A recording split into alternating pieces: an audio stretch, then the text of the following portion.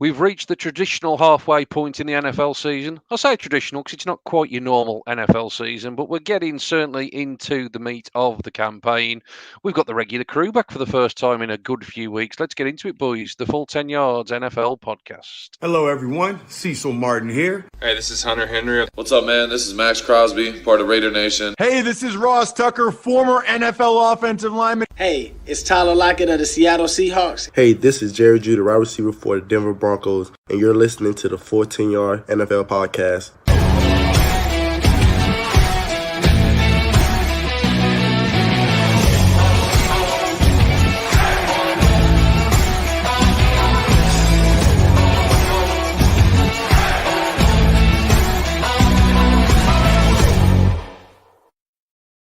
Yes, indeed, boys. Let's get straight into it. Let's welcome you both in. It's been a while since we've had the three of us together. Steve, how you doing, buddy? I've just refreshed Twitter and read a tweet from Ian Rappaport starting with "the Eagles are," and then I almost had a heart attack, and then it says "not trading Pro Bowl defensive tackle Fletcher Cox." So almost had a heart attack and then didn't. So that's fine. Although with his cap, we were never going to trade him anyway. So there we go. So Eagles are probably done. There we go. It's going to be one of those podcasts, ladies and gents. We'll be refreshing Twitter in the background. So yeah, it could go many different directions on trade deadline day as we're recording. Josh, how you doing, buddy?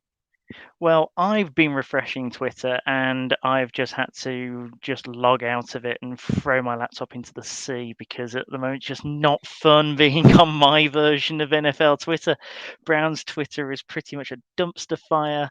I don't think that I've had one pleasant thought in days. I can't believe I've actually agreed to do this today. I could have definitely have made up an illness, but it's all good. Let's talk about other teams. Let's talk about something positive. Okay, then let's do that. Let's go all the way back then, fellas. Thursday night football. We said last week it was potentially the game of the week. You could argue it maybe didn't turn out that way, but it was certainly a good game. Arizona, first loss of the season, 21. Green Bay, 28. Green Bay without all of their star wide receivers. Steve, simple question. Aaron Rodgers, has anyone ever done more with less at his disposal? He just keeps delivering, doesn't he? I was listening back to our pod the other day, and Josh and I were talking about how he's going to really struggle without his top two receivers. And at the time, we didn't know that Valdez-Scantling was out as well. So add him into the mix, you would have been, let off for thinking that Aaron Rodgers wasn't going to do anything with that. But boy, oh boy, did he!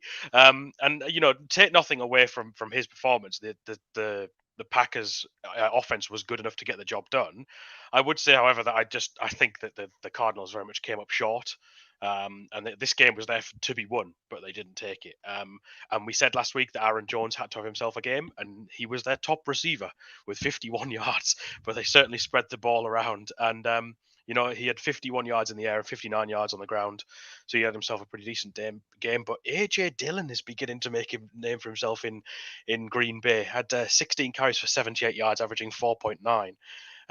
He's looking like a nice pickup for them. I think we all were questioning when they picked him, why are they still not giving Aaron Rodgers any help? But it seems to be working on the ground. So, yeah, Rodgers continues to impress. I think that I would potentially throw my hat in the ring and say this potentially makes Green Bay the best team in the NFC right now. It's them or the Rams. It's one or the other, I think. This Green Bay team just look on an absolute roll. Take away that week one loss to the Saints and they cannot be beaten at all. And I know we've said this about a few teams, but I don't know where the next loss comes from. I really don't. Yeah, they're certainly impressive. Talk about next loss. Obviously, for Arizona, Josh, it was the first loss. You were quite cool on them coming into the season, but I think they've turned you around over the first half of the campaign. But it wasn't exactly a great day at the office for Kyler Murray, was it? What went wrong? Well, this is the Arizona Cardinals I was kind of expecting going into the season. These are the sort of true colours. Without wanting to focus too much on Kyler Murray to start off with, is this Cardinals defense reliant on JJ Watt? Because I didn't see a lot from their defense in that game. I felt that even with Green Bay having nobody really for Aaron Rodgers to actually give it to, they had to be very monochromatic when it comes to the play calling. It was a very pedestrian game, I thought. We've got obviously more pedestrian games to talk about, but it wasn't exactly a cosmopolitan game plan from Green Bay. And Arizona just seemed to give them what they wanted. Rodgers had time in the pocket, never really seemed troubled. In terms of Kyler Murray, has the luck run out? I mean, you look at that final interception, and it is baffling. I mean, that sort of interception is baffling. I watched it on the Game in 40 on my way into work next day, and I actually spat out my coffee and started laughing. It was the kind of interception that you only see in like the last 20 years of being a Browns fan. You don't really watch other teams make those sort of baffling errors right at the end of games. But I wouldn't have put it too much down to Kyle. I just think that Green Bay's defense was fantastic. You know, it was a stellar performance from the defense. They pulled it out when it mattered. I wouldn't say that this puts too much of a marker on the Cardinals. You know, at the end of the day, like Steve says, the Green Bay Packers are an excellent side. I don't think that they're the best team in the league or the NFC at the moment. I'd put them maybe third. You know, behind the Rams, maybe for the Cardinals or the Bills. You know, one of those two I think creeps into second. I haven't done my power rankings yet, but yeah, don't worry too much about the Cardinals. This was all about the Green Bay's defense and maybe just a smidge of luck. What I would say quickly, just on the back of your point about Rodgers getting loads of time in the pocket, was Chandler Jones has disappeared off the face of the pass rushing earth. Week one wonder. Since week one, when he had 5 sacks, he hasn't had a single one since. Not one sack since. Where have they gone? And if what's gone down, you raise a good point. If he can't get going, where's their pass rush? Where's that gone? So yeah, some questions to answer for Arizona. And how much of a problem is it for them? Because if they can't slow down Green Bay, if Green Bay's offense, when they literally have one guy, maybe two, you know, what does that say for the rest of the season? Yeah, absolutely. Yeah, it will be interesting to see if it's just a blip on the road or whether it is the start of a few problems for the Cardinals. We will wait and see. Let's get into Sunday then, fellas. Atlanta 13, Carolina 19. Real ugly game. Probably overshadowed, though, Steve, by the news that came out around about kickoff time, maybe around about half time, but it was certainly sort of the main storyline that dominated the game and obviously will dominate the Falcons season news, I suppose, moving forward. Calvin Ridley taking a indefinite break from the game for mental health reasons. He's been inactive the last couple of weeks, which sort of indicated that there was something going on. He was on the injury report as a non-physical injury, but he's decided to step away. Potentially somebody that a lot of people thought may well sort of elevate to become almost one of the best receivers in the league. How big of a blow for the season do you think this actually is for the Falcons? Well, I think we'd be missing the point to not focus on why he's doing this, and I think it's really important to highlight how crucial it is that he's taking time for himself to step away from the game to focus on his own mental health, and how important it is, especially for men, to be able to do that and come out and talk about it and do what he's done. You know, Philly right tackle Lane Johnson took a few weeks out recently, and then sat down with Jay Glazer from Fox Sports before the game and had a conversation with him, and they broadcast that before the game, and it's like a 5-minute segment about why he took the time out that he did, what he was suffering from with depression, all that sort of stuff. And I think it's becoming much more of a less, shall we say, a topic that no one wants to talk about anymore, and I think that a lot more men are starting to open up about it. So I think that's really, really important to highlight that. And we wish him well, and we hope he gets to a place where he can be okay. And if he comes back to football, then great, because he's a hell of a talent. But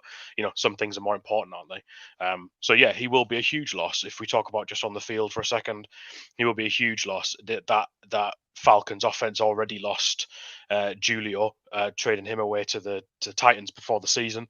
They obviously added Kyle Pitts, who's a different sort of weapon in his own right, but losing Calvin Ridley, your sort of number one go-to guy, is going to be a massive loss for them. I think this Falcons team is obviously in a sort of a downturn year, and I don't know where they sort of go from here. Does this signal another losing record and perhaps more wholesale changes to come? I don't know. I think it'd be interesting to watch other pieces of this organization towards the end of the season and where they end up. Certainly Matt Ryan as well. But this was also quite an impressive win for the for the Panthers. They tried their best to give it away, you know. But you know they got the job done in the end, and I think it tells more about what Darnold isn't than what he is, and I think what he isn't is the answer for Carolina.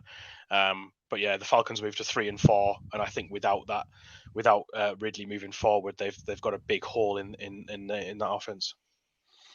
Yeah, let's flip it over to the other side then, Josh, and I'll pose that question to you. It seems an age ago that we were all, throwing praise at the Panthers when they were sitting pretty at 3-0. Thought that Sam Darnold Who's this started off the older season net? pretty well, but certainly in the last few weeks, it's certainly taken a bit of a nosedive. Is there a quarterback controversy brewing there? PJ Walker's come off the bench. PJ Walker, my old buddy from the good old XFL days. Do we think there is a controversy brewing there?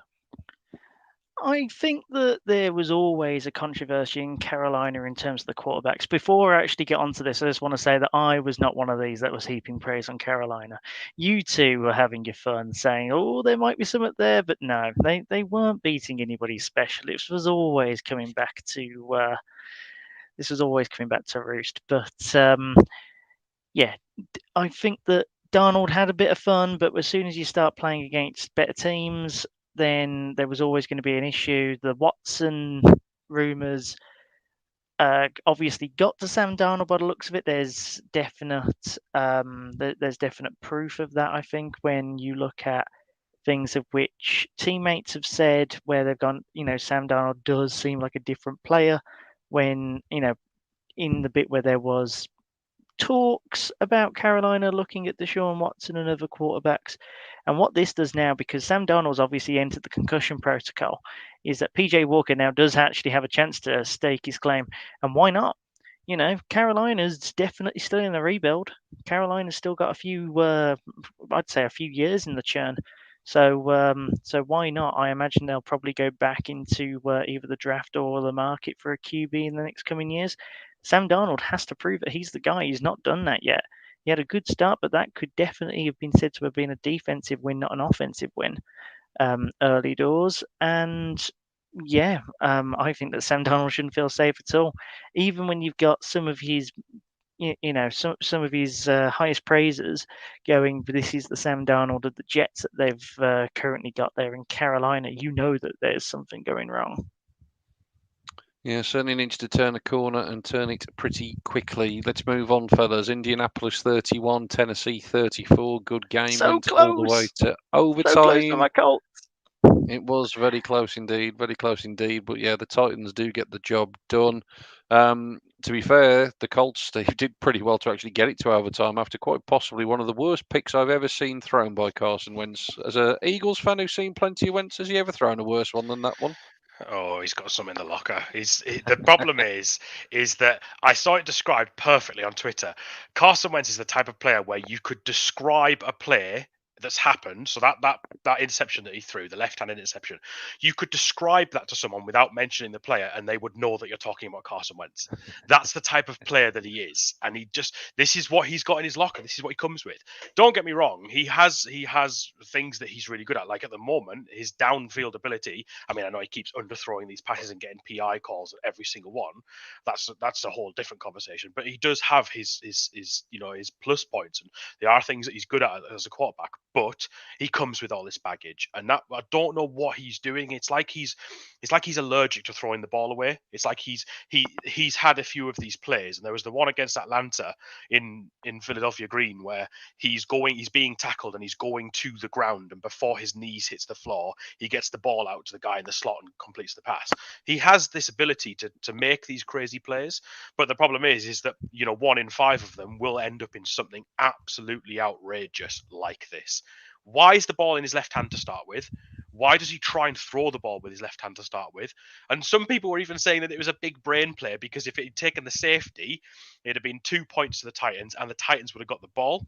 Whereas when he takes when he gives the possession over and they get the pick six, the Colts get the ball straight back and he gets another chance. Was that really going through his mind in those split seconds in the end zone? I don't think it was. Genius if it was. Genius if it was. Exactly. I mean, here's my question, Steve, just to interject, because I really want to get you while you're on that point. Now, if you didn't mention as to who it was and what game that this was and everything else, you could have easily been talking about Patrick Mahomes then. In terms of crazy interceptions, would do anything not to throw the ball away, would do anything to actually keep things in play. There's definitely something to be said that's not, it's not being, it might be reckless, and I think that reckless is probably the right word. But in terms of just plain stupidity, you see even the best doing it and it not coming up and interceptions galore. I think until this season, though, Patrick Mahomes was very, very good at doing that, and we'll come on to him later on and his record at the moment and the tribulations of the Chiefs. But the thing with Mahomes, obviously, he can back it up. He's been to 2 Super Bowls. He's won one of them. Like, he's still incredibly young. Like, he's a supreme talent. And I'm not suggesting that Carson Wentz isn't a good quarterback, but it's just that he comes with this baggage. And like, his stat line wasn't amazing. 27 of 51. That's almost 50%. 231 yards, 3 touchdowns, but 2 interceptions as well. So it's just difficult. And I'm hearing a lot that Frank Reich is very much on the hot seat in Indianapolis. And they're 3-5. This was a tough loss against a divisional opponent who is, the Derrick Henry news aside, which I'm sure you'll touch on, Josh. They are now 6-2 and probably will win this division if they can get the run game established still. This was a tough loss for Indianapolis. And this was a game that they and I've read today as well that they've led going into the fourth quarter several times this season, and they're still yet to win one. I think they've outscored their opponents by 44 points in the first 3 quarters, and they've been outscored themselves by 25 points in the fourth quarter this season alone. So like they're struggling in the fourth quarter. They can't finish games, and that's the business end of the quarter. And if they can't get it done, then they're never going to win any games. So yeah, I don't know what to do about the question of Carson Wentz, but he's not my problem anymore. So here we go. Yeah, you've alluded to it when you've talked about it there, Steve. Josh, I pose this one to you. Obviously, the Tennessee win, huge win, divisional win, gives them both victories now over the Colts. Obviously, importantly from a tiebreaker perspective, but comes at a huge cost. Derrick Henry expected to miss between 6 and 10 weeks, which potentially basically puts him out for the rest of the regular season. Obviously, they'll hope to be in the playoffs, but obvious question, will they get there without a man that is probably the single most influential player for a team in the NFL, I would probably say? Well, if they are going to do it, then they would do it in the same way that they beat Indianapolis this week, because Derrick Henry was a non-factor. I think he had something, wasn't it like 27 carries for something like 50 yards or something at one point.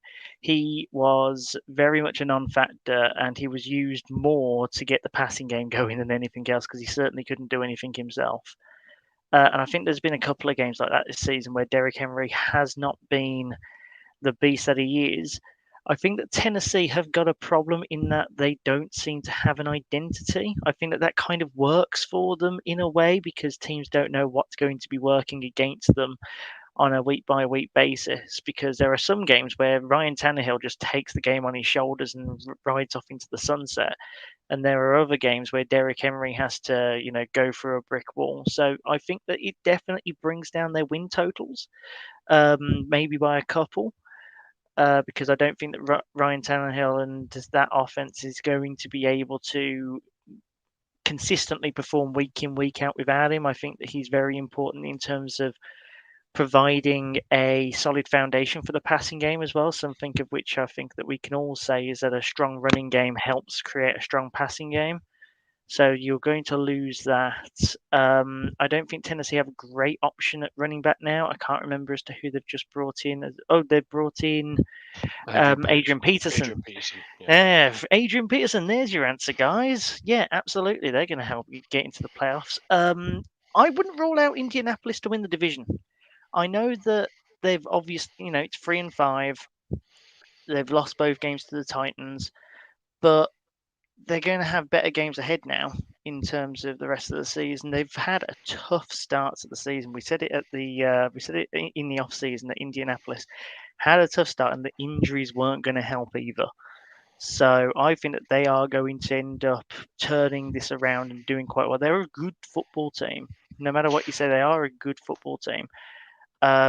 Tennessee have brought out the wins, but they also lose to stupid teams when you think about it as well. So I think that the AFC South is up for grabs between those two.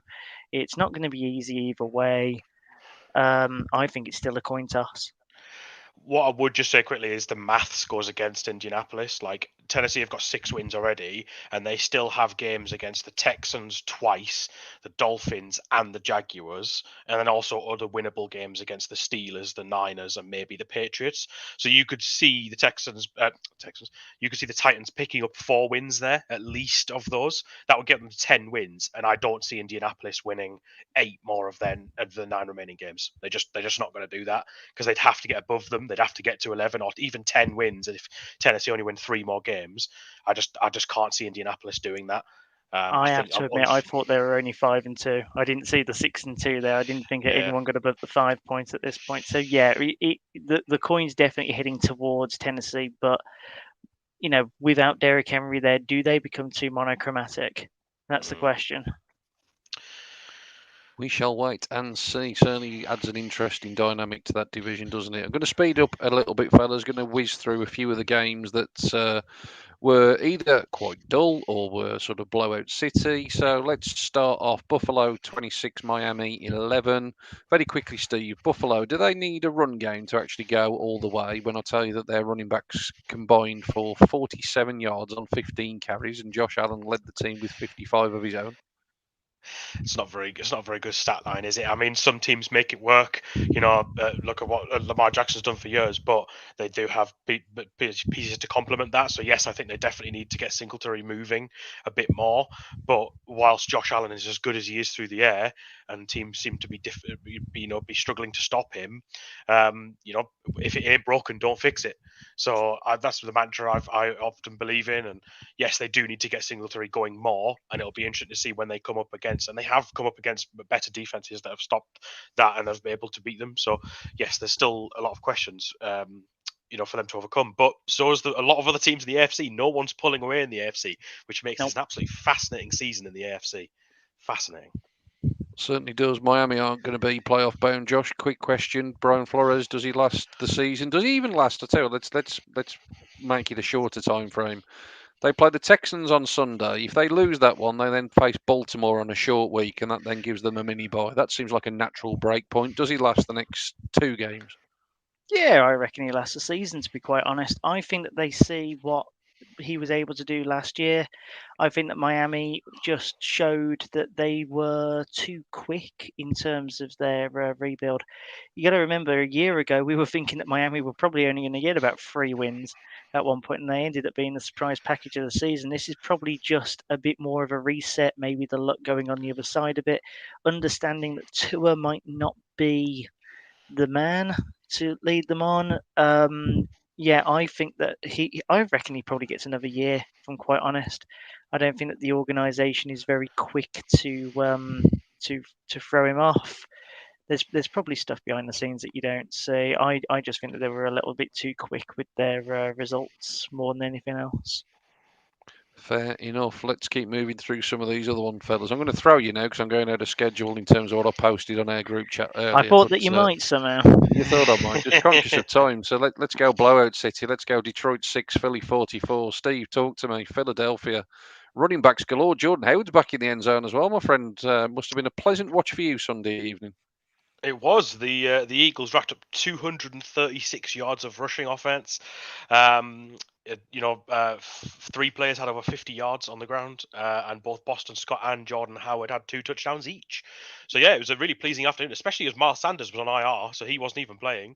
Really pleasing afternoon as a Philly fan. They put up more points than I've seen since the Super Bowl was 41 points, so they haven't put up 44 points in I think something like 15 years. So real pleasing to see them just scoring at will. I saw someone criticize them saying that the way that they were going to showed Jalen Hurts this game was to hide him and run the ball. I was like, well, if they're running the ball and it's working, why would you just stop doing that? So, yeah, a bit of an odd one there. But no, really good game. This Detroit team that everyone was saying was fighting hard and was going to win, and a lot of people had begged them to win this game. I don't know where that Detroit team went because they were dreadful. And if that team that I watched on Sunday is the Detroit that's been playing for the last 8 games, there is no wonder there's 0-8, and they will definitely go close to winless this season because Jared Goff was terrible. So to touch on that, because I know that's pretty much my question, where did the Lions go? I think that they just went all out against the Rams the week before, and they probably just didn't have the heart to go up against the Eagles. I think that teams which are around winless to 1 or 2 wins are going to be like that, where you're going to put all your energy into causing an upset, and if it doesn't happen, then it's going to set you back some bit. I reckon that they will. Sorry, I completely got myself tongue twisted there.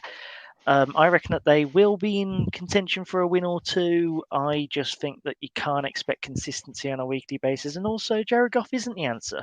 We know this. We know that, he's basically just there because he's competent enough to start at quarterback in the NFL. And, there was a lot of draft capital given and all the rest of it. So, no, he's not the answer. The Lions aren't all that great, but they are going to cause 1 or 2 teams problems. It just isn't going to be every week. Absolutely. The Rams figured out that Goff wasn't the answer. They obviously brought in Matthew Stafford, ironically from Detroit, and the Rams absolutely took care of business on Sunday. 38-0 up until the Texans had a bit of a fourth quarter rally. Ended up as a 38-22 scoreline. Steve, just on the Texans, can they take anything away from a 22-point fourth quarter? I mean, Davis Mills actually didn't play too badly. 29 of 38, 310 yards, 2 touchdowns, 1 interception. He was sacked a few times, but, you can blame that on the line. I thought he played okay, considering he was a 3rd-round draft pick this year. Wasn't expecting to be playing this year. I thought he did all right. His touchdown throw to Brandon Cooks was lovely. That was a great pass. So, yeah, I think, this Texans season is obviously, just get through the season and then we'll start again next year. They're obviously just trying to get through as best they can. I'm surprised that Brandon Cooks hasn't been traded. We are now past the deadline and he hasn't been traded. So I'm surprised that he stays there. I'm surprised that all 4 of their aging running backs are all still there as well. But yeah, I think, you take what you will. Is Davis Mills going to be the long-term starter in Houston? I doubt it. I still don't really know why they picked him. If they see something in him, great. I thought he played quite well. But, this was far closer than it should have been for LA. Yeah, I mean, just on Davis Mills, I think he probably keeps the job moving forward. I mean, Tyrod Taylor's hamstring, God knows what he's done with it, but he's been gone for about 7 weeks with a hamstring injury, which seems absolutely bizarre. Just on the Lions, Josh, we'll probably talk trades in a bit. Obviously, big news, one of the confirmed trades, Von Miller going to join that Rams defense. They're all in. They don't have a draft pick for about the next 17 years, so it's Super Bowl or bust. Can they do it, mate? Of course they can. I think that the Rams have probably got one of the best run front offices going, where they literally do not care about the youth of the United States of America. They are happy just constantly getting veterans in and borrowing from the future to pay for now. If they don't get a Super Bowl from it, though, they're going to end up with so much egg on their face. I think that ever since they went in for Matthew Stafford, they knew that their window was now. I think that their window probably lasts 3 years from now, so they better get it done now because otherwise they are going to be paying for it for a long time since. The one thing I will say about their draft picks is that they have a lot of compensatory picks. They are happy with not renewing veterans as well and getting those compo picks back. So it's not like Rams fans are going to have a completely boring draft, just a completely boring draft day 1 more than anything else. And they're a great team. I think they're probably the 2nd best team in the NFL right now, maybe even the best team. Actually, no, I've got them down as the best team, I think, in my notes.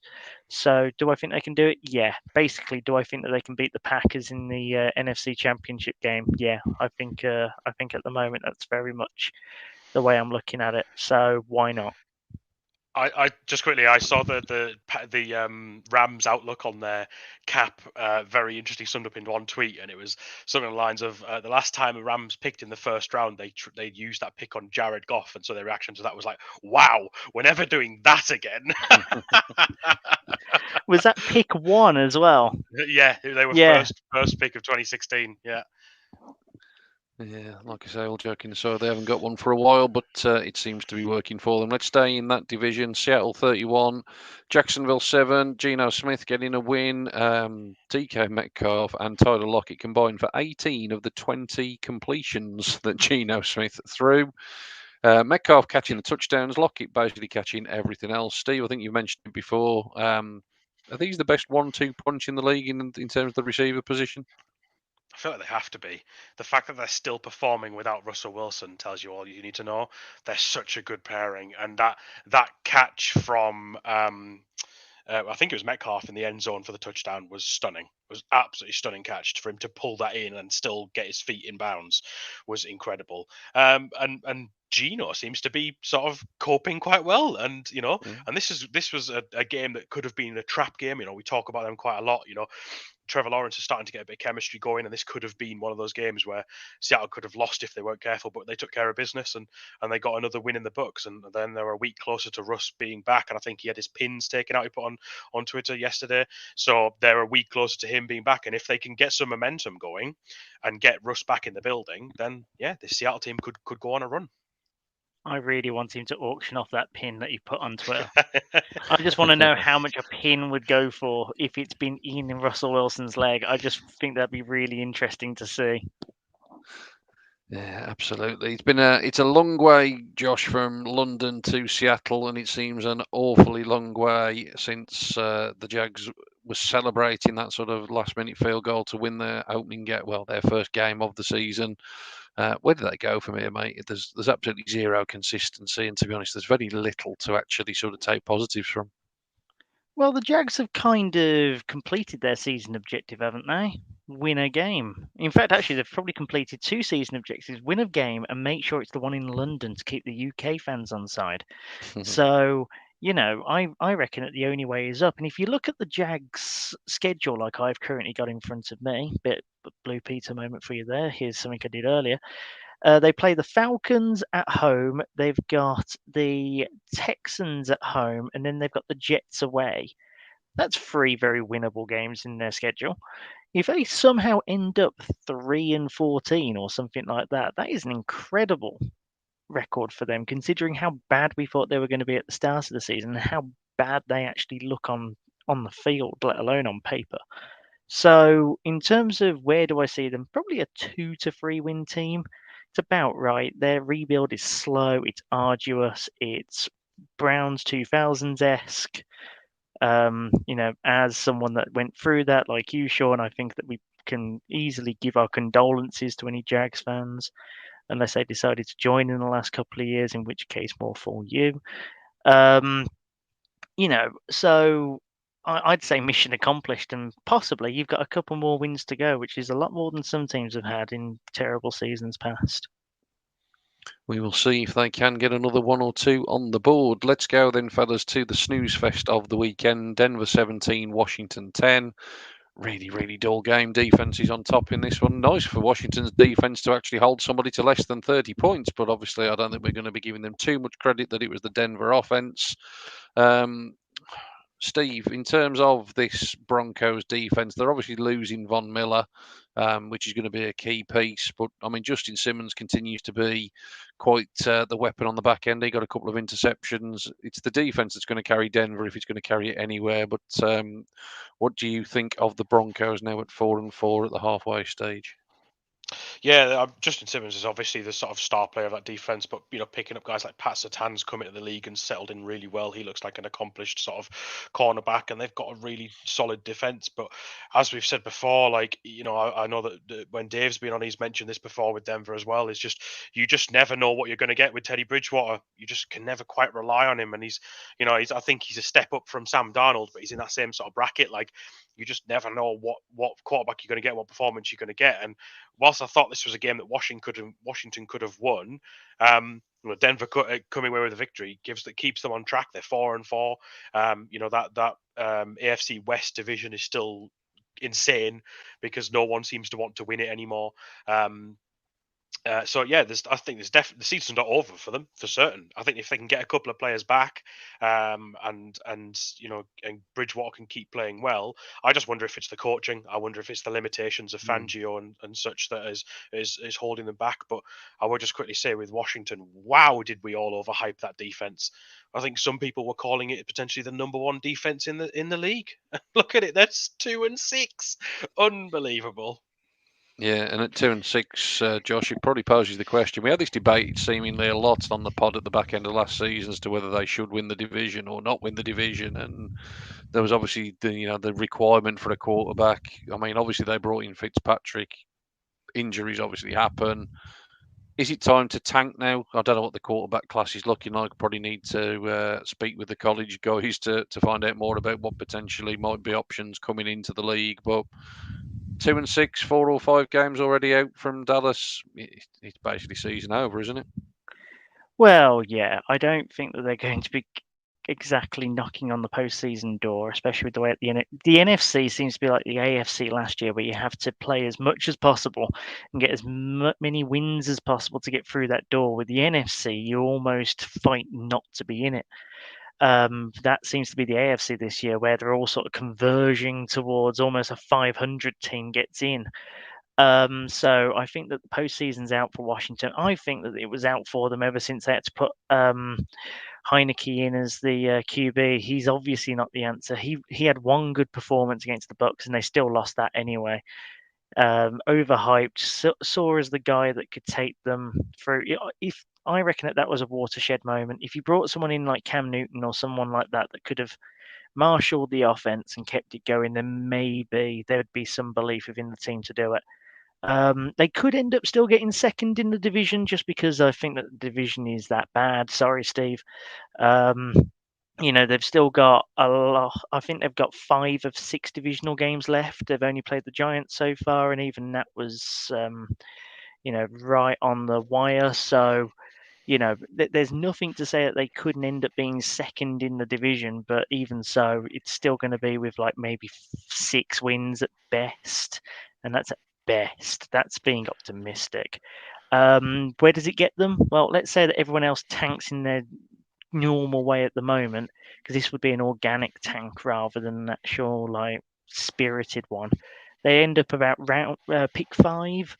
That is apparently good enough for, let's take a look, Matt Corral from Ole Miss as the QB, either that or Malik Willis. So I have no idea. We'd have to ask the college guys. I've heard of the one, not the other. That shows you how much I watch college football. I don't think the QB class is supposed to be that great this year. My understanding is the QB class is not that great. I'm not writing any of them off, but I don't think it's going to be 5 taken in the top 15. Yeah, I don't think it's going to be anything like what we've seen in the last few years where QBs are rushing off the board. Yeah. But they need one. Well, I've got the answer for him, Josh. I've got the answer for him. Let's move to our next game. The answer's surely Mike White at the New York Jets, backup quarterback. Oh. Surely after that performance, someone's going to be throwing first-round picks at him. What a performance, all joking aside. 34-31, the Jets defeating the Bengals. The Bengals were leading the AFC coming into the weekend. Who on earth would have predicted the Jets get this one? Steve, all joking aside, I'm obviously in jest suggesting that Mike White will be going for high draft picks, but how good was he on Sunday? It was an incredible performance. He was excellent, like 400 plus yards for a backup who is apparently also a rookie. I didn't realize he's a rookie as well. So, what a performance. And yeah, just why did they trade for Joe Flacco? I just don't really understand why they traded for Joe Flacco. Like, who needs 6 rounders? It's fine. Yeah, exactly. Yeah, I just don't get it. But no, what a performance from Mike White, and a really solid win for the Jets, and it shows that they're not dead yet. They play the Colts on Thursday Night Football this week, I think. That would be a bit of a headline if they can beat the Colts with Mike White under center. You know, and it's certainly something you could recoup some draft capital for him when you've got Zach Wilson, you know, that you've just spent your second overall pick on. So, yeah, incredible win for the Jets. I don't think anyone predicted that. No, I think. How much would you get for Zach Wilson instead? Ooh, interesting. You know, if one works and the other doesn't, just because he drafted him higher. I love that the backup quarterback has one good game, and then all of a sudden we're like, right, trade Zach Wilson, chaos. It's the NFL, mate. It's what have you done? This is the New York Jets. This is the New York Jets. Anything could happen. True. This is very true. All joking aside, if Zach Wilson's fit and available this weekend, I don't think he is. But if he was, I mean, surely they'd have to keep Mike White in anyway after that performance. Surely. You say that, but the NFL never goes that way. That they are happy with one and done. Very true, very true. Let's flip it over to the other side of the ball. Like I said, the Bengals very much probably fancied coming into this game. Whether expectation got the better of them or not, I don't know. Joe Mixon only 33 yards off 14 carries. To be fair, Jamar Chase had a touchdown again in this one, but was held to just 3 catches. Simple question, Josh. Is it just a bit of a blip, or is it actually back to reality? Now, it took me ages, and I think that you guys will agree, it took me ages to get on the Bengals bandwagon. I think that part of it was me being a homer. I think part of it was me looking at things slightly differently. This very much seemed like a typical Bengals performance to me, where they are inconsistent. The offensive scheme seems like if you're able to get it down pat, then it can be stopped. Defensively, they're a bit of a mess. It just seemed like everything went together for a perfect storm against them this week. And this is the sort of thing which I tie down to the Bengals quite often. You just haven't seen it all that much this year. It could just be a blip. It could be the Bengals looking at their opposition and thinking that they should, beat them 10 times out of 10 and just not putting in as much effort. In fact, that's probably it. The Bengals probably have to work 110% for all of their wins this year, even against the teams that aren't as good. They probably can't go somewhere and just glide wins. They have to Jamar Chase has to have 400 yards receiving and, this, that, and the other for it to work out. They probably need to put in a 5-star performance every week to get the wins. So it could be a blip, but can they keep that kind of intensity for 17 games? I don't think so. I don't think they're a terrible football team, though. They are definitely still a team that I can see in a wild card spot. Big game on Sunday. We might get to that shortly. Becomes a bigger game because of the next one that we're going to talk about. Cleveland 10, Pittsburgh 15. Didn't happen. Oh God, it was a tough watch. Steve, come on, you're the neutral in the pack. Cleveland's offense, it's disappeared, mate. Where's it gone? What's the problem? Now, I saw a stat tweeted earlier, and I had to check it was correct, because I didn't quite believe it, that Cleveland only have 7 passing touchdowns this season. That's astonishing. Now, I know that their running game is obviously excellent, but 7 passing touchdowns, that's shocking. And I'm going to read something that my friend's a big Cleveland fan, and he sent me this, and this is what his take on the whole thing is. He said, if you were to believe Twitter, Baker isn't the guy for us. It's all his fault. He's been playing injured. He's not elite, etc. Truth is, we've been good enough to be 7-1 right now. Individual mistakes has cost us 3 wins: Kansas City, LA Chargers, and Pittsburgh. And Baker has played amazing in all 3. Last night, Juice dropped 2 catches for 20-plus yards and a fumble. OBJ backed out of a catch that was a touchdown. I don't want to hear any more Baker slating. The OBJ experiment has to end. Give Higgins OBJ's targets from now on.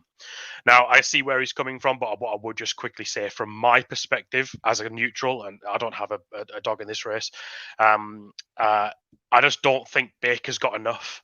I'm not suggesting he's a bad quarterback, but he's not in the elite class. A good quarterback would have won that game on Sunday. And, the elite guys would have gone down the field and won that game. And I know that guys drop passes, and I know that there's things that obviously went against him, but a good quarterback would have made that happen. And the fact that they've only got 7 passing touchdowns this season shows a definitive problem within that offensive scheme. But another quick thing to flip it over onto the defense as well. Your defense is 31st in takeaways this season. 31st. So the defense is not helping at all. And if the defense is just getting flattened every single time, and they're just letting the teams go down the field and score. No matter what the offense does, they're not going to win games. They're just not going to win games.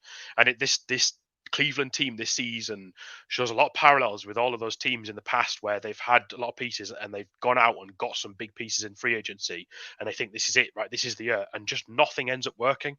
Whether it's injuries, whether it's the running game not working, whether it's the passing game not working, whether it's the defense giving up the big points, like nothing seems to be working in Cleveland right now. And I'd be intrigued to know from you two, where do you go from here? Because that was a game that Cleveland should have won. They've got a difficult game against the Bengals next week. If they lose that, they're 4-5 as a team that should be, winning that division. We all thought they would win the division, 12-5 or something like that. That looks a long way away now. Yeah, so I look at what your friend texted you with is pretty much my thoughts in a paragraph. I think that we've been coin tosses on the losses apart from the Cardinals. I thought that the win against the Broncos showed that the Browns could win in a gutsy situation with, all the cards dealt against us. We should have beaten the Steelers this week. I think that if Landry doesn't fumble that ball, that ends up being a touchdown and the momentum goes entirely in Cleveland's favor. It just seems that in these weird coin toss flipping moments, there seems to be one moment in each of these close games that goes against the Browns. Now, I think that you are right in that good teams don't leave it to coin flips, or, good teams turn the luck for them. They make their own luck. And I do think that there is something there. I find it maddening, and this is a very Homer way of trying to be neutral but yet still frustrated, that it always seems to be the case that there is always one moment that puts the Browns away. And I'm not saying it's fated. I'm saying that there's definitely a reason for it. I don't know what that is. I think that, for example, with the Baker OBJ sort of rant at the moment, I would definitely look at it being a case of, on the part of OBJ, maybe that things aren't working out. I think the receivers were so poor this week. They're not finishing routes. They're not confident in finishing routes. OBJ, with that ball that goes through to him on the 5-yard line, he actually slows almost to a halt before he jumps.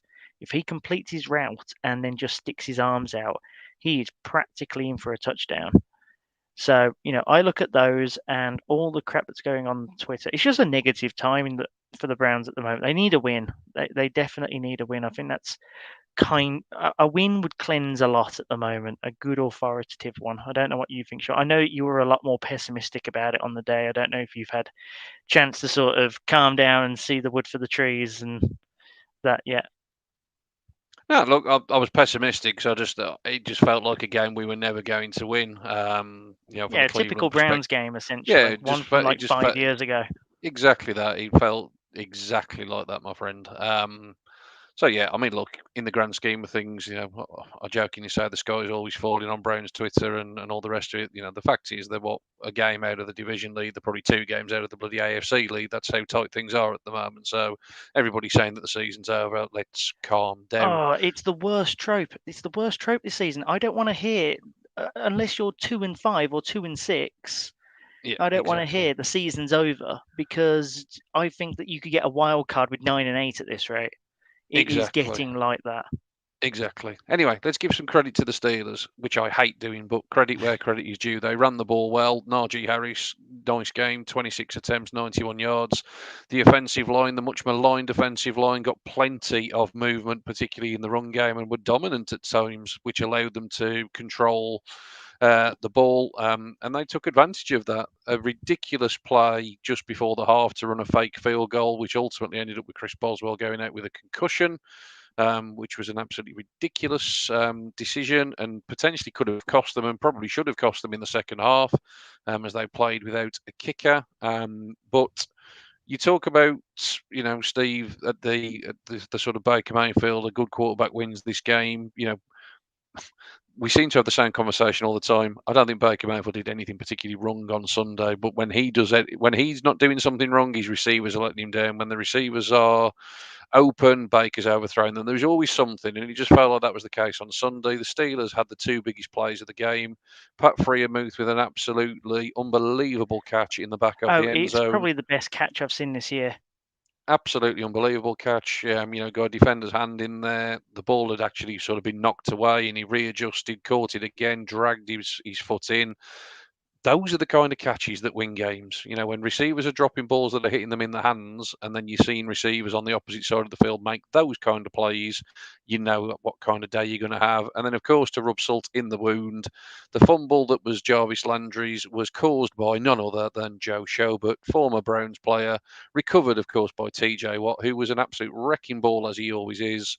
Credit to the Steelers. I actually think their defense, as ever, will keep them competitive. Like you said, Josh, 9 wins may well get you in the sniff of a wild card. I can see Pittsburgh being in and around that 9-win mark. So, big win for the Steelers in divisional play. Is Mike Tomlin the best coach in the NFL? I certainly think you can make that argument. Most definitely. He's up there. He's up there. I reckon that Billy B. I reckon Billy B. Then Mike Tomlin. Yeah, loved his speech in the week as well when he was asked about the college job. Loved that. Yeah. Certainly shot that one down, didn't they? Certainly shot that one down. Let's pick up the pace again, fellas. Where have we got to go? See, going out of order, I've confused myself now. What haven't we done? We haven't done Chicago, San Francisco. So that's one we can glide right past. We finished 22-33. We can sort of glide past it because, Steve, we sort of asked this question last week around Justin Fields, but we probably saw more of a Justin Fields type offense, didn't we, on Sunday? Yeah. Probably his best game as a pro. I know he came out on the losing side, but things to potentially be optimistic there for Bears fans? Yeah, I think we can only hammer this. We can only hammer this nail so many times. I think I'm excited to see Justin Fields without Matt Nagy. I think that's coming. It's going to happen sooner or later. But he came back and he showed that he's still got it, and he's definitely a piece for them to work around. That touchdown run that he had was superb. The fact that he was going down the right side of the field and then turned around and still managed to get it in the end zone, right in the other corner on the left hand side, was unreal. So yeah, he can make the plays with his feet as well, which is obviously a crucial piece of the armory in an NFL quarterback these days. And yeah, he's definitely got it, and I think it's definitely a piece for them to work around. I think Chicago just need to get on with it and just do what we're all waiting for you to do. Yeah, absolutely, mate. Absolutely. Big win for San Francisco. Deebo Samuel continuing to sort of mount his claims potentially for comeback player of the year. I believe he's leading the league in receiving. So, yeah, good game for him. Josh, I'm going to come to you on the next game. The Chargers, New England. Chargers 24, New England 27. Probably a little bit of an upset. Most people would have probably been going with the Chargers.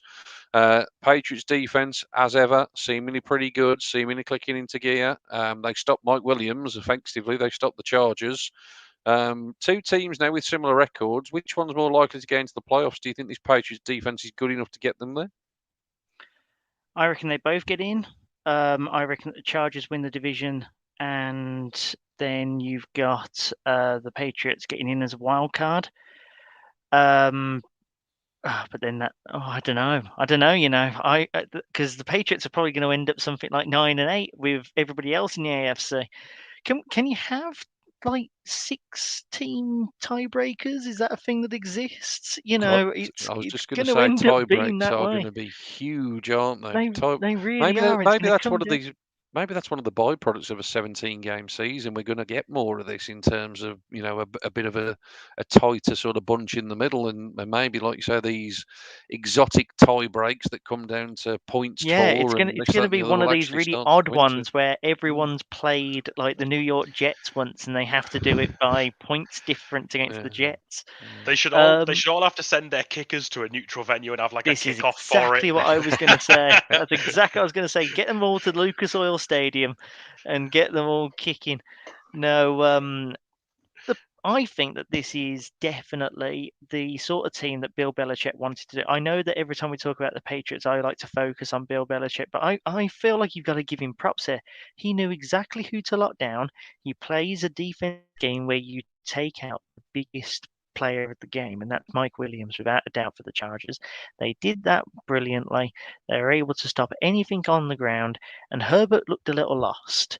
So that's all you pretty much need to know in terms of the defensive scheme. But also, can we give some props to their offense?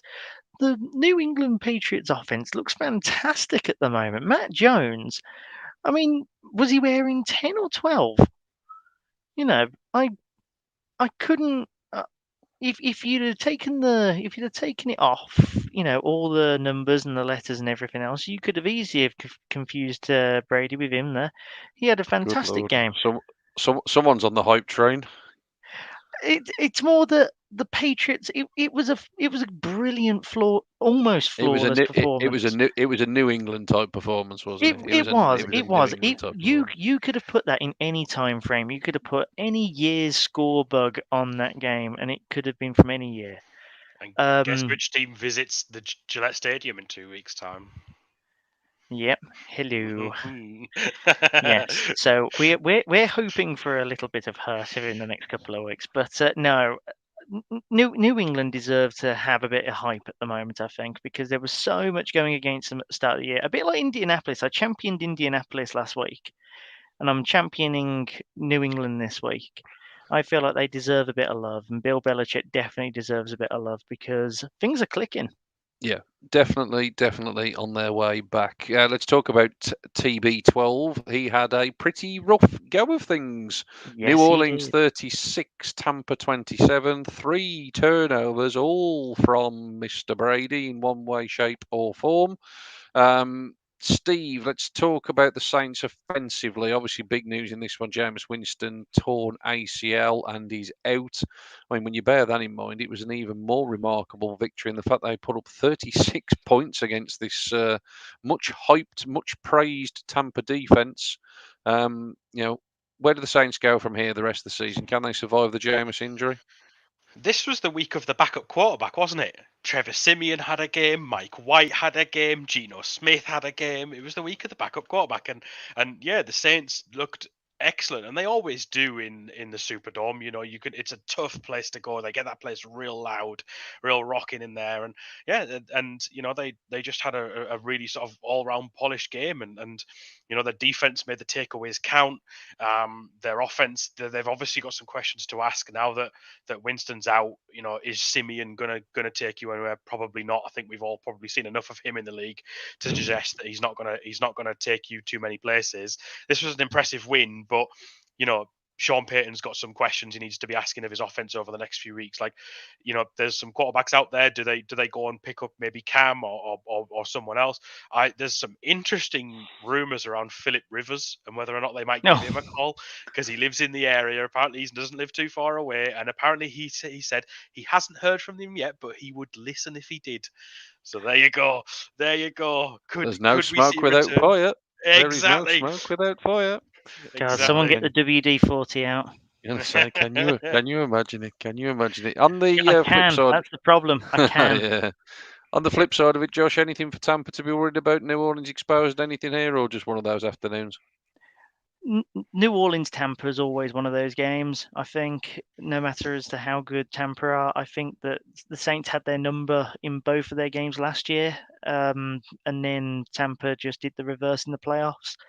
I think that Sean Payton does very well against the Buccaneers. Definitely something to be said for Brady, though. He just couldn't get himself going at all. I think that he was second guessing. Throwing to Mike Evans on a few of those players. Just a really odd passing performance from them, and they need the passing game to be able to work because they're not the best on the ground. If Leonard Fournette isn't working, then the Bucs running offense isn't working. I think that there's a lot to be said for the Saints just feeling themselves. Winston as well was on a tear before, unfortunately, his legs went on a tear. Sorry for the pun. I just thought of it in the moment, and I think my missus said something as well along the same lines, so I had to sneak into the show. She's not exactly the biggest Winston fan, but you know, he was definitely feeling himself. I think the entire team just rallied around, you know, getting in the emotions. Big divisional game. I still think they're one of the best teams in the league. I don't think there's going to be too much issue. currently. They're not on a downward trajectory in the same way as, for example, the Chiefs or the Chargers, the Browns, anything like that. So, I don't see those sort of issues. The NFC definitely have a hierarchy. Yeah, and I definitely. think that the Bucs are in there. They are indeed. Let's finish off then, fellas, with the two primetime games: Sunday night football, Monday night football. Dallas certainly one of those teams that are at the top of that NFC hierarchy. Not much to shout out about the game itself. 16-20, obviously won in the last few moments with a Cooper rush to Amari Cooper touchdown, which I'm sure everyone's now heard the stat. The first Cooper to Cooper, following the first Dalton to Dalton that Dallas had last year, which is a nice little bit of symmetry. Obviously, an important win. And Monday night football, the Giants 17, KC 20. Let's be honest, it's a win that doesn't solve anything for Kansas City, does it really? Let's be honest. If they're relying on a last-minute field goal to beat the Giants, I don't think their problems have disappeared over the course of the last 7 days, and there will still be questions to ask there. With that said, fellas, we are at trade deadline day. We've had a few bits of business confirmed. I know you boys have been refreshing Twitter as we've been talking, but neither of you have jumped up with anything to my knowledge. I'll just check the private chat. Yeah, we've still got nothing absolutely confirmed. So let's have a look at the business that has been done. We kind of referenced it earlier, didn't we? Von Miller gone from the Broncos to the Rams. I've got to be honest, I didn't even realise that the Rams had any draft picks left to actually trade away, but they've managed to find some more, giving up his second and third round pick in 2022? Is it this year? Next year. The upcoming draft, it's this year. 2022. Yeah, upcoming draft. So another huge piece to go into that defense. That now, if you look at those three levels of defense, you've got Aaron Donald, Von Miller, and Jalen Ramsey on the same defense. What do we think, fellas? Good trade all round. In terms of the Broncos, the compensation they've got, and obviously in terms of the Rams, the piece that they're getting. Steve, I'll start with you. I think the Broncos win the trade if we need to pick winners in these things. Just because he was coming to the end of he was going to be a restricted free agent, unrestricted free agent at the end of this year. So they get something for him, and he still goes down a Broncos legend. He won a Super Bowl with them, like he's going to go in the Broncos Hall of Fame. So they get something for him before he walks in free agency, and they may pick up a compensatory pick. But LA are definitely in the win now. They even tweeted it out, didn't they? They tweeted out "We're all in." Was on their official Twitter That's account. Right, so, yeah. so yeah, LA is definitely all in, and they've got all the pieces now. If injuries, notwithstanding, this has to be the year for them. It has to be. Yeah, I don't think you can pick a loser from this. The Rams got exactly what they wanted. They got Von Miller. I think that they're happy to give up the compensation. They don't care about draft picks. Draft picks are just people that you have to pay a minimum wage to. They're happy not doing that and keeping some of the cap around. And the Broncos, you're telling me you're going to get 2 to 3 picks from a guy that was going to walk away at the end of the season anyway, in a season where you're not going anywhere fast anyway. Cool. Yeah. No, hard to disagree. Seems like a good trade for both, doesn't it? The other bit of business that I think is confirmed, fellas throw in any more that I miss, but I think the only other thing that is confirmed is the Steelers trading Melvin Ingram to the Chiefs in exchange for a 6th round pick. We've talked about the Chiefs' much maligned defense. I think, to be honest, the longer the season goes on, I think we need to start talking about the much maligned offense, but we've certainly blamed the defense for a lot. They get some pass rush help here in Melvin Ingram.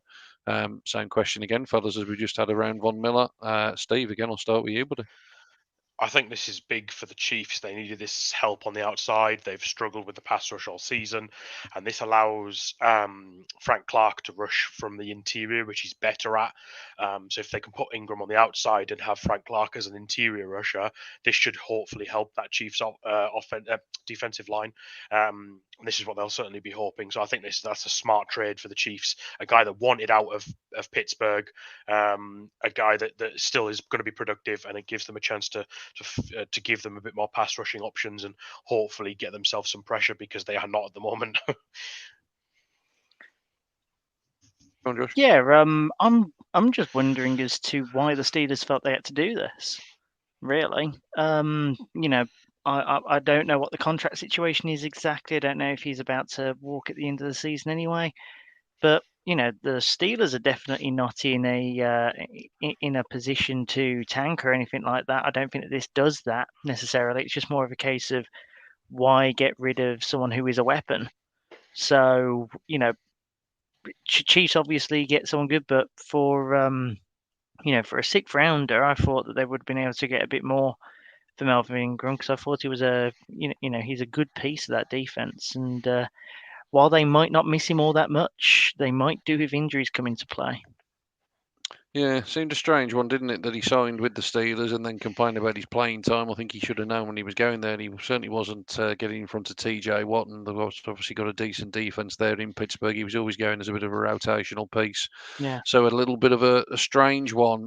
Probably the biggest bit of trade news is the bit of news that hasn't happened, of course. Deshaun Watson has been the subject of trade talk all off-season and all sort of regular season up to this point, but it looks as though with 10 minutes to go, he's not going anywhere, seemingly because he will not sort his legal differences out. So I think there's obviously a huge amount of concern, and rightfully so, about that being up in the air. So yeah, looks like a bit of a long and winding road. Ultimately, Steve, is going to end nowhere. Yeah, I think we're all a bit shocked, actually. I think most of us probably expected him to go, and it certainly seemed like that earlier like late last week. There was reports that the competition had been agreed, and it was just waiting on a couple of sign-offs and that sort of thing. But ultimately, when there's this much legal problems, and there's they're going to be giving up potentially 3 first rounders, you don't do that on a whim. You want to make sure that the person you're getting is a home run hitter. So yeah, I'm surprised then this way, but it gives the Texans more time to sort it all out. They're happy to just sit on him. I'd be intrigued to know, do you two think he plays this year? I don't, if he's not traded now. I think Houston have made the bed and they will lie in that bed now. I think if he had been traded, I think he would have instantly got onto the field, but I don't think he plays now, if I'm being honest. Josh, your thoughts? Mills season all the way, baby. I think if they're not even going to put Tyrod Taylor in, they're not going to put in Deshaun Watson. I think that there's just too much into the legal of it all. Yeah. I don't think that Houston even want to get involved. I think they'd have just been very, very happy to have got him off the books. And the only reason why it's not happening is because of guarantees not being given, of which if you're Houston, you don't want to give those guarantees. But if you're Miami or anybody that's interested for him, it has to be a prerequisite. I've said that since the start.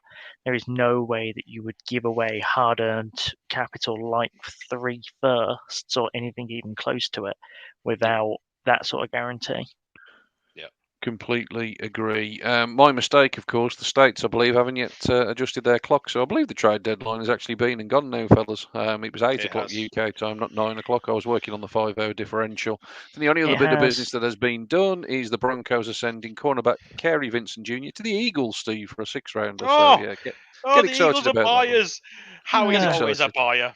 Oh. Get excited about that one, my friend. He will Little goodie instantly bag. transform your secondary. So And yeah, Deshaun OBJ's Jackson's to gone the from the Cleveland Rams as Browns. well. Deshaun Jackson's left the Rams. So yeah, Deshaun Jackson will probably end up somewhere tomorrow. Now he's a free agent.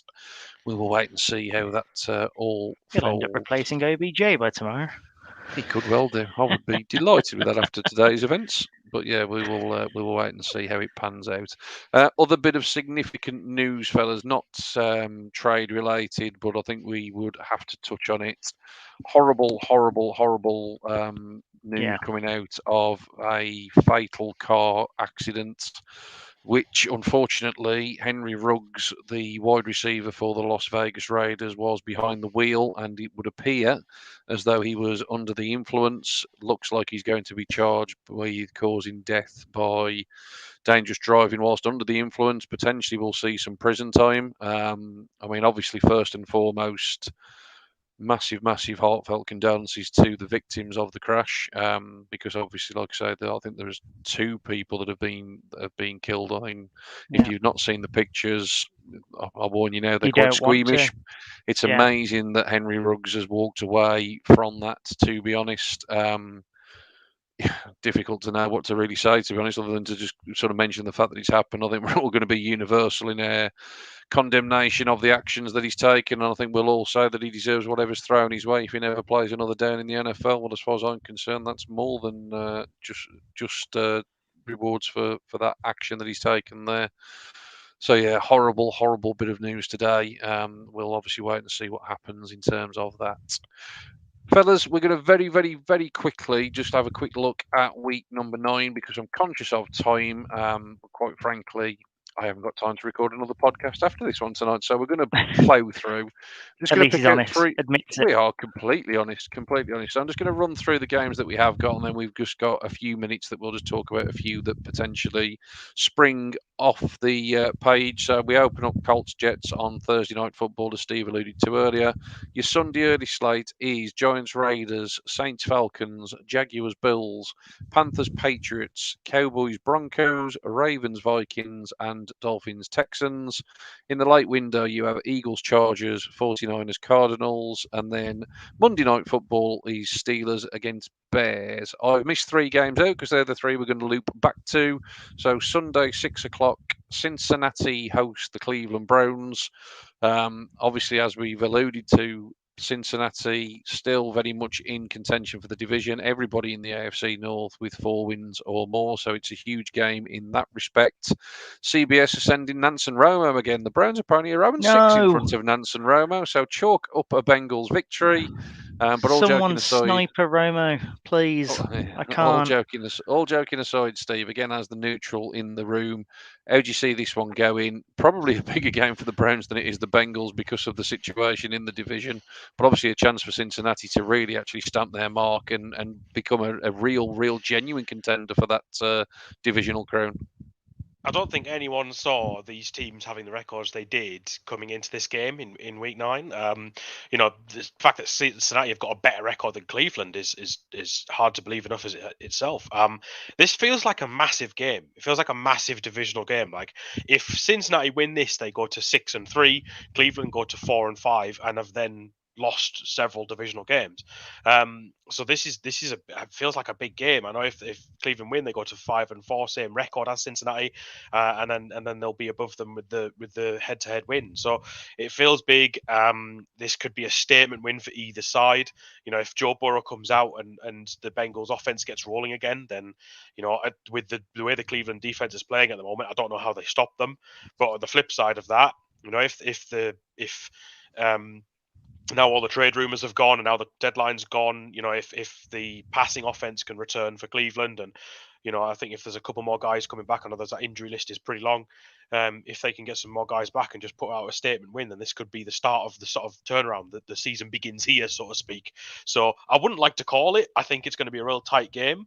On paper, I think Cleveland have probably got enough, but the way that Cincinnati have been playing this year, I don't know. They just that loss to the Mike White led Jets just seemed like such a weird one that I don't really know what to think of Cincinnati anymore. So yeah, I really don't want to call it.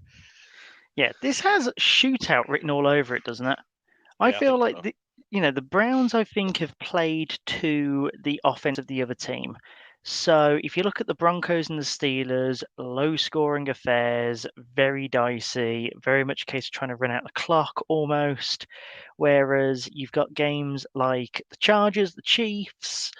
Trying to think of other ones where they were high scoring, but they will happily go into a shootout and they will put points on the board. So in terms of that, I can easily see this being like a 40-37 humdinger where it comes down to maybe not whoever's got the ball last, but definitely a case of whose defense doesn't give up too many points in the third quarter, maybe. If you guys remember the Bengals hosting the Browns last year, the Bengals had a massive lead in the first half and the Browns came back with what I will always consider as one of the best catches in the NFL. Donovan Peoples-Jones catching it behind his back and toe tapping with seconds to go. That's definitely something of which, I could see happening again. Baker's 5-1 against the Bengals. The Browns are good against the Bengals. So, if there is a team that the Browns can play in order to get some of their mojo back, I would pick the Bengals 4 times out of 5. So I think it's going to be incredibly close. I'm just glad it's the Bengals, not the Ravens this week. Yeah, I think it's going to be an interesting game. I actually think both of these teams match up pretty well against each other. I think the Bengals will be tough to run on. I think they're pretty big on the interior and they've got plenty of length on the outside in terms of Hendrickson. So I think it's going to be difficult for the Browns to get the run game going. On the flip side of it, I think the Browns in the secondary, Greg Newsome in particular, has probably already emerged as the Browns' best cornerback so far this season. Potentially can go toe to toe with a Jamar Chase. That'll be an interesting matchup to watch. So I think it's going to be an interesting game. Obviously not yet confirmed, but I would be surprised if it's not the Sky Sports game. Looking at the rest of the early slates, potentially, I suppose you could argue Ravens, Vikings might usurp it, but I would be surprised if it's not the Bengals and Browns in that early window. I don't think there's any doubt that the game in the late window will be the Chiefs and the Packers. I think every week we have done our pick'ems. I've picked the Chiefs despite all of their issues. This is the first week I am definitely picking the Green Bay Packers. Surely the Packers are going to win this. You can just guarantee the Chiefs will probably go and win it now. The NFL is such a weird league, isn't it, Steve? But it's got everything would suggest that this is going to be a Green Bay win. Is this actually the game that the Chiefs get it right? The Chiefs' schedule just doesn't give them any breaks. Like they every time they get the win, get back to 500, they lose again the next week. I keep saying it. They can't put together back-to-back wins because their schedule's so tough, and they're no longer this titan of a team that will roll over teams anymore. The one thing they have got going for them, and it looks like Devontae Adams is still going to be out. I don't think he's going to be back in time. So I think on the injury report that's come out, I think he is out. So that's one thing to look for. But then again, Aaron Rodgers did without him last week and was fine against the supposed best team in the league. So this Kansas City defense shouldn't be anything. And let's not forget that this Kansas City secondary is far worse than Arizona's is. So I would imagine that Green Bay will have a bit of a field day. I can't see anything other than a Green Bay win myself. Yeah, Chiefs are actually favoured, Josh, by a point. Well, they are at home. It's probably the lowest spread they've had at home for God knows how long. But the fact that they're still favoured just goes to show everyone still thinks it's going to click. But they need a sort of statement game. Maybe this is the game. But how do you see it going? So I did something that I never thought I'd ever hear myself do, but I went to check what my missus put down as her picks of the week because she's currently beating me on the season by 3 games. And usually it's the ones where I'm thinking the other way that she ends up winning. And she's put the Chiefs down. So I'm going to go with the Chiefs this week, simply because of that reason and that reason alone. I think it's a coin flip game, to be honest with you, gents. The Packers aren't at full strength. I think that the Cardinals could easily have won that game last week, if not for the funniest interception I've seen in a long time. And the Packers don't win easy either. I don't think I've seen an easy Packers win in a while. The Chiefs can pull it out the bag. They're at home. It's definitely not given to them. So I think that this could easily be a coin flip. I'm going to give it to the Chiefs because if I don't give it to the Chiefs, they're going to win anyway. It's just going to be one of those. And this could be a statement game for the Chiefs. We see it all the time where a team will have a few bad weeks, they'll beat a good team, and then they'll go on a bit of a run. But, last night's game against the Giants gives me absolutely no confidence or pleasure whatsoever. I think that we could definitely say that. I think that Patrick Mahomes is definitely not playing to his potential. I think that realistically, the only person in that organization that currently is Hill. But I think that the Packers are going to have to lose at some point. I don't think they go the rest of the season unbeaten, and I can easily see it being here. This could be a mini trap game for the Packers. Because you guys are talking quite confidently. A trap game at KC. Who would have thought we'd have been saying that? I know. It's ridiculous to say those words. It is ridiculous to say those words. But if the Packers think of it like they're going to go in there and just enforce their will, it ain't going to happen. You have to earn it against the Chiefs, even now. Of course. Final one then, fellas, for the week. Rams, Titans, Sunday night football. Rams actually favoured now by 7.5 points. I think that's so much to do with the Derrick Henry injury. But let's not rule out this Titans team. Good side in their own right. And like we said, Derrick Henry's had games this year when he hasn't necessarily been the biggest factor, certainly in terms of the stat sheet. So, Steve, to round out Sunday night, Rams, Titans, how do you see it going? I think what this Derrick Henry news is doing is distracting a lot from the fact that the Titans' passing game is still relatively good. AJ Brown over the last 2 weeks has the highest receiving grade versus single coverage in 96.1. He's the first amongst all receivers. Like, AJ Brown is still a legitimately excellent receiver, and Ryan Tannehill, when he has a good game, is a perfectly competent quarterback that can throw these difficult passes and can make things happen. So I certainly wouldn't rule them out. I think obviously Derrick Henry going down is a big loss, not so much because their running game is so crucial, but because of how good he is. I think that's what's more of the sort of newsworthy of it. I think that the Titans are still a good team. I think they're still very much a team that can win games. Will they go to LA and get the win? I doubt it. This LA team is stacked, and Stafford and co just seem to be sort of just pushing teams aside at the moment, without fear, and they look absolutely unstoppable right now. I think that this will be a loss for the Titans. I think they'll lose this one, but I think they're definitely going to be fine moving forward. As for LA, I don't know if Von Miller's going to play. I think he's questionable. He may well play. I don't know yet. But if he does, that defense looks scary. And their offense is already as good as it is, and now this defense is getting even better. So yes, God forbid for anyone who has to play the Rams anytime soon. Yeah, to be honest with you, that's what I touch on. Their defense looks scary, and if you're going to go very monochromatic in your game calling, play calling on offense against the Rams, you're going to get burned. They're not going to be able to use the run all that much. They know they're going to have to pass, and they have some of the best pass defenders in the game currently. I think Jalen Ramsey's going to have a hell of a game, personally. That's not to even cancel out the rest of their secondary. I don't like the spread. I think that 7.5 is a bit too much weighted on Derrick Henry, and I don't think he's been a major factor recently, despite some of the all-purpose yards that he's gotten. I do, however, like the Rams win. If you can get yourself a cheaper handicap than 7.5, then I would definitely take it, something like 4.5. I do like the Rams to win it. I think they're the best team in football at the moment. The Titans have done well against the teams of which I class as the best team in football, but I think that this is one too far for the Titans. I think that they're maybe a week or two removed from the news of Henry to be able to get themselves back into the groove. And also, let's not forget that the Colts really ran them close, and the Rams are not the Colts. No, absolutely. But it is any given week in the NFL, as we said. Who'd have thought we'd have been talking about Mike White throwing for 400 yards this time a week ago? Be sure to tune into Adam and the Betting Podcast as we get closer to the weekend. That line of 7.5 may well change. So yeah, certainly pay attention to the Betting Podcast later in the week.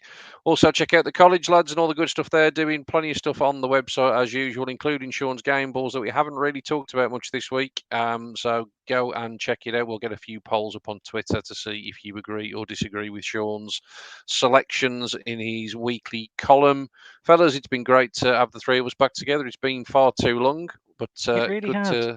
It has, yeah. Good to get the regular crew back together. We'll be back to do it all again next week after week 9, when we will officially be entering the second half of the NFL season. Until then, it's goodbye from us here at the Full 10 Yards NFL Podcast.